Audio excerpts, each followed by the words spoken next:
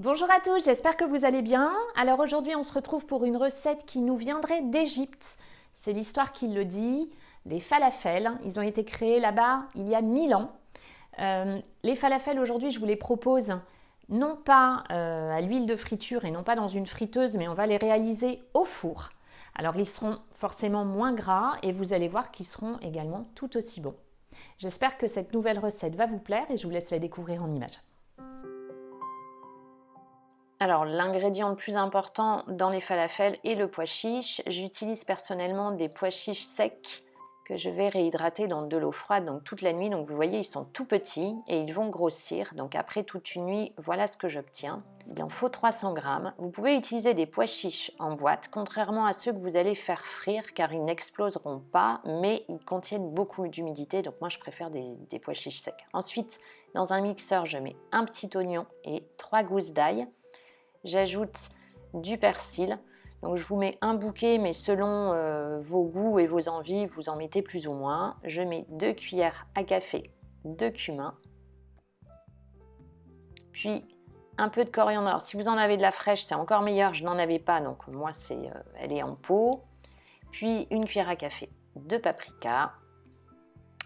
Une demi-cuillère à café de piment. Personnellement, j'habite près du Pays Basque, donc j'utilise du piment d'Espelette.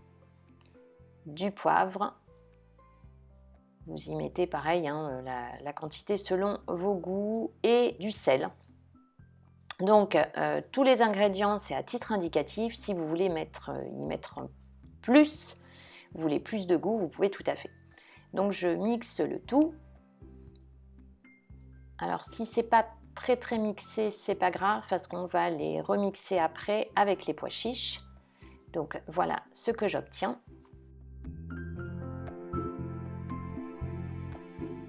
Je reprends mes pois chiches que j'ai rincés et égouttés. Alors n'hésitez pas à bien les ressuyer pour enlever justement toute l'humidité. Donc moi je prends un papier absorbant et je ressuie bien. Et ça va vous permettre d'avoir vraiment une consistance parfaite pour vos falafels si vous enlevez bien l'humidité après les avoir rincés.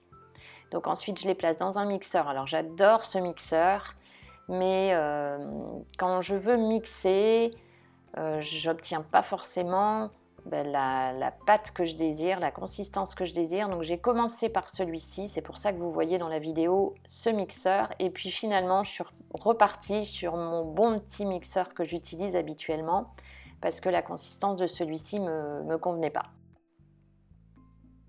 Alors ce qui est juste embêtant avec ce petit mixeur, c'est que je ne peux pas tout mixer en même temps, donc je dois faire par petite quantité, mais c'est peut-être la même chose pour vous, je ne sais pas quel est votre mixeur.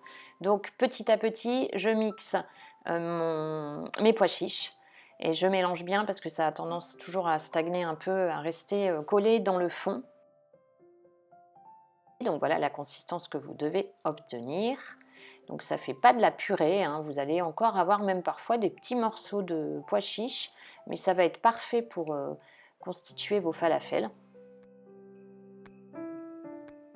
Et je continue donc petit à petit, je mets mes pois chiches et je mixe jusqu'à mixer la totalité de ceci.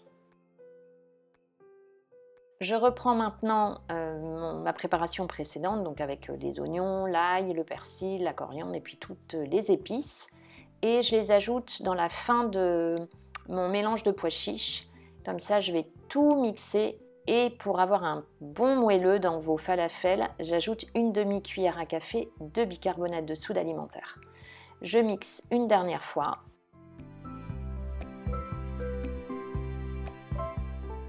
Voilà ce que j'obtiens. Alors cette fois-ci, donc j'aurais pu les morceaux d'oignon, d'ail, vraiment tout est bien mixé, tout est bien incorporé au mélange. Donc j'ajoute ce mélange au reste des pois chiches et à l'aide d'une spatule, j'incorpore bien tous les ingrédients et ensuite j'aplatis ma préparation.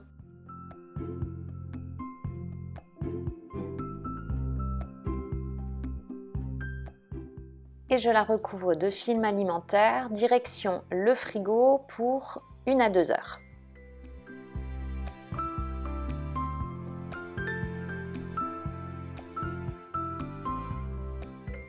À la sortie du frigo, je me munis d'une plaque de cuisson, donc j'enlève le film alimentaire et je vais y mettre un filet d'huile d'olive.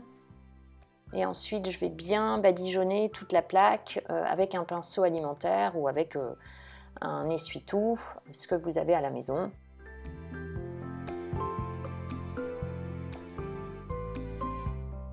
À l'aide d'une cuillère à soupe, je prélève un peu de pâte à falafel et entre les mains, je forme une boule.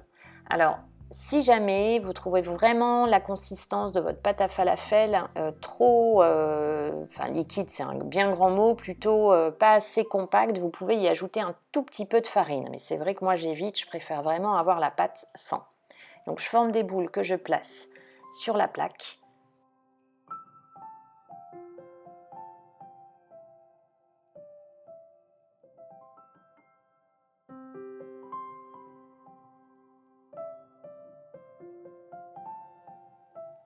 Ensuite, je les aplatis et si besoin, je les reforme sur le côté comme à l'image.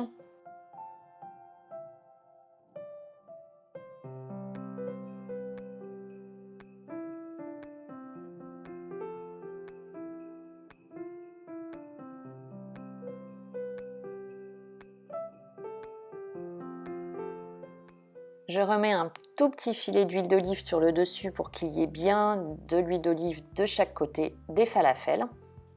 Et direction la cuisson, donc j'ai déjà préchauffé mon four à 180 degrés en mode classique, donc mode statique. Il faut les cuire 20 à 25 minutes, mais à mi-cuisson, donc après 10-12 minutes, il faut les retourner, donc pour qu'ils soient bien dorés de chaque côté.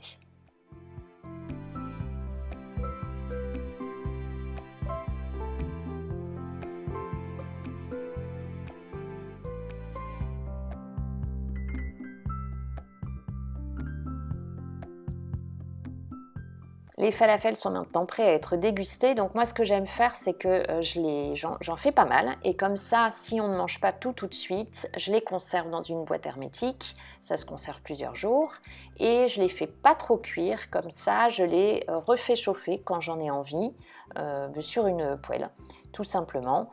Quelques minutes de chaque côté et ensuite je les déguste avec une sauce au yaourt grec. Je vous mets une recette dans la description de la sauce. Tremper dedans, c'est un vrai délice. La recette est maintenant terminée, donc si vous avez aimé, pensez à liker avec le pouce bleu, pensez à vous abonner si vous ne l'êtes pas encore sur la chaîne. Vous pouvez me suivre sur les réseaux sociaux, Facebook et Instagram également. À très vite pour une prochaine vidéo et prenez surtout bien soin de vous.